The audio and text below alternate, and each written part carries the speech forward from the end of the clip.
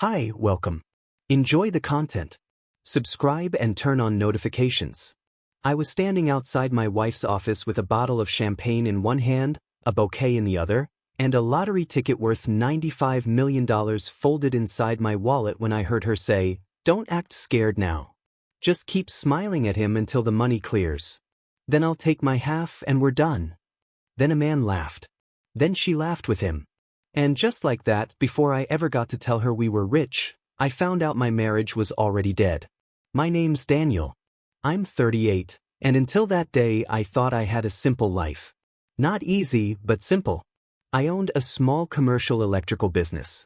Long days, early mornings, bad coffee, sore knees, invoices at midnight. The kind of life where you keep telling yourself the hard years are building towards something better. My wife, Vanessa, worked as an operations manager at a mid-sized design firm downtown. We'd been married for 9 years. For most of those years, I loved being married to her. Vanessa was sharp, polished, ambitious. I was the steady one.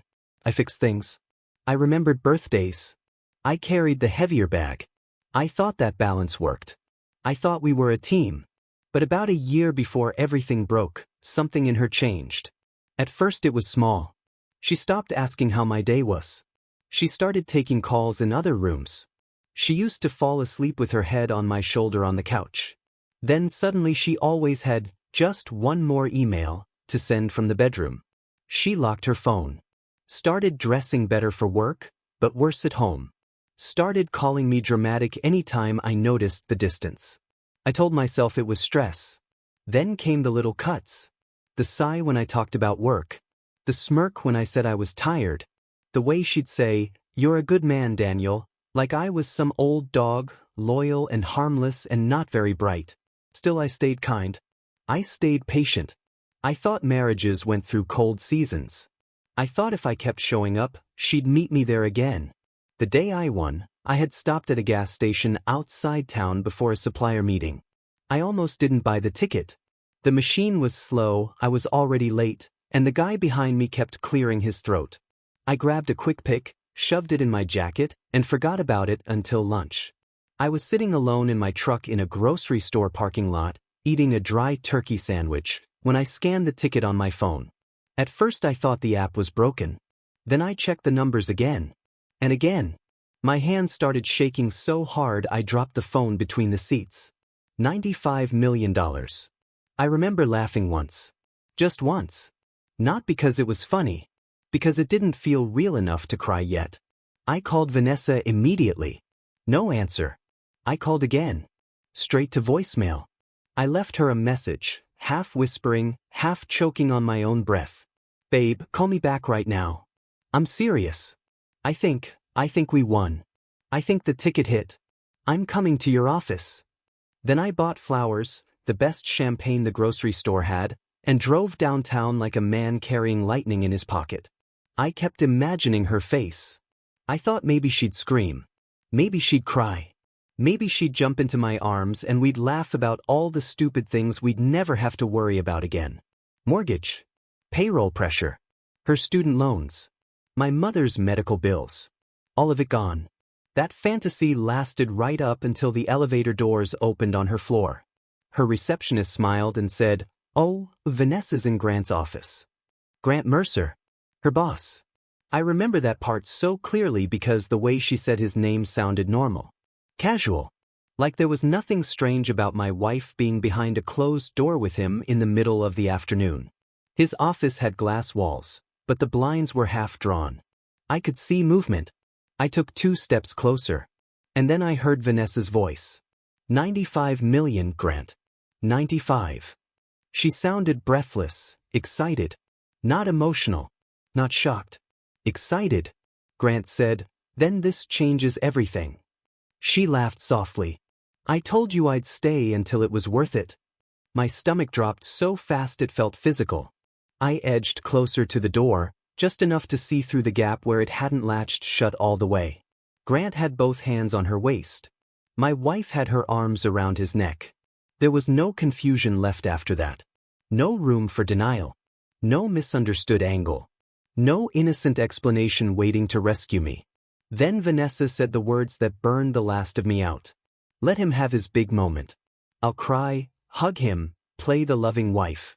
Once the claim is handled, I file. I'm not walking away from 95 million with nothing. Grant kissed her. I don't know how long I stood there. 5 seconds. Long enough to watch the entire future. I thought I had collapsed into something cold and ugly. But I didn't storm in. That's the part people always expect. They think heartbreak makes noise. Mine didn't. Mine got quiet. I set the flowers down on a table outside the conference room. I slid my phone out, hit record, and walked close enough to catch their voices through the cracked door. I got 2 full minutes. Her talking about finally being free. Him joking that I looked too boring to ever see it coming. Her laughing at that too. Then I left. No scene. No warning. No text. I walked back to my truck, locked the doors, and sat there with the engine off until my breathing settled. Then I called the first lottery attorney I could find with good reviews and an actual office, not some billboard clown. That call saved me. By 4 o'clock, I had a lawyer, a financial advisor, a plan to claim the ticket through a trust, and strict instructions not to tell anyone else a single thing until every legal step was locked down. The ticket went into a safe deposit box before sunset. That night, Vanessa came home smiling. Not normal smiling. Warm smiling. Soft voice. Hand on my chest. Asked if I'd eaten. Ordered my favorite takeout without being asked. Sat close enough for her perfume to hit before her words did. So, she said carefully, about that voicemail, was it real? I looked at her and saw a stranger wearing my wife's face. I shrugged. I got excited too fast. Turned out I misread one of the numbers. The disappointment in her eyes came and went so fast most people would have missed it. But I saw it. And then I watched her recover. Oh, she said, forcing a laugh. Well, that would have been nice. That night, after she fell asleep, I opened the old tablet she used to use at home. She'd forgotten to log out of her messages. That was when the betrayal stopped being one bad moment and turned into a full autopsy of my marriage. Months of texts, hotel receipts, photos, jokes about me, conversations with Grant about how long she could tolerate this life.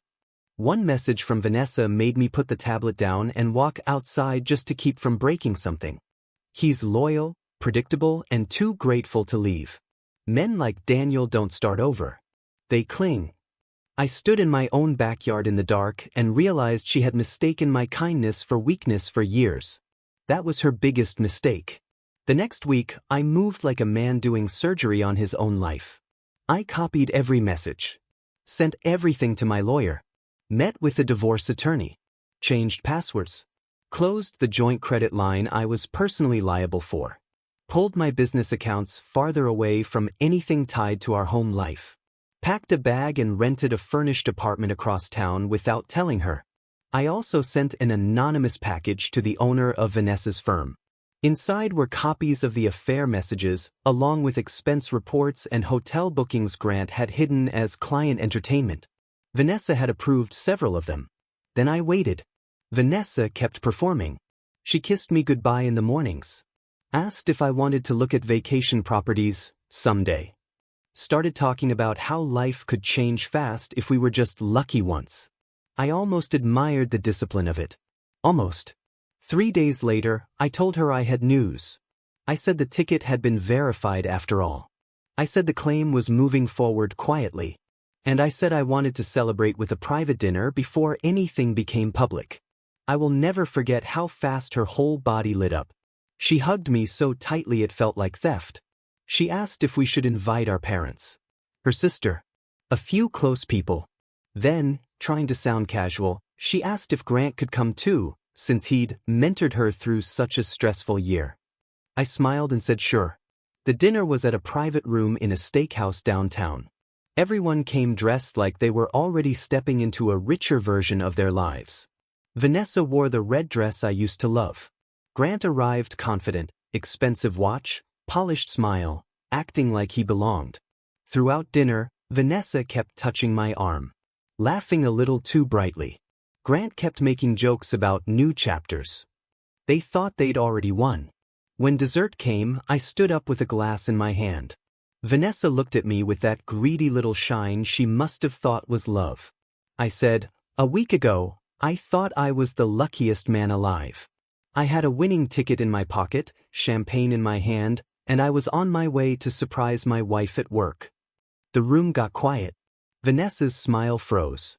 I reached into my jacket and set my phone on the table. I pressed play. Her voice filled the room. 95 million, Grant. 95. Then his voice. Then hers again. I'll cry, hug him, play the loving wife. Once the claim is handled, I file. No one moved. No one breathed. Vanessa went white first. Grant went red. Her mother covered her mouth. Her sister stared at her like she'd never seen her before. Grant leaned forward and hissed, "Turn that off." I looked at him and said, "No."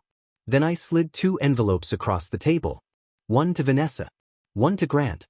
Vanessa's held divorce papers.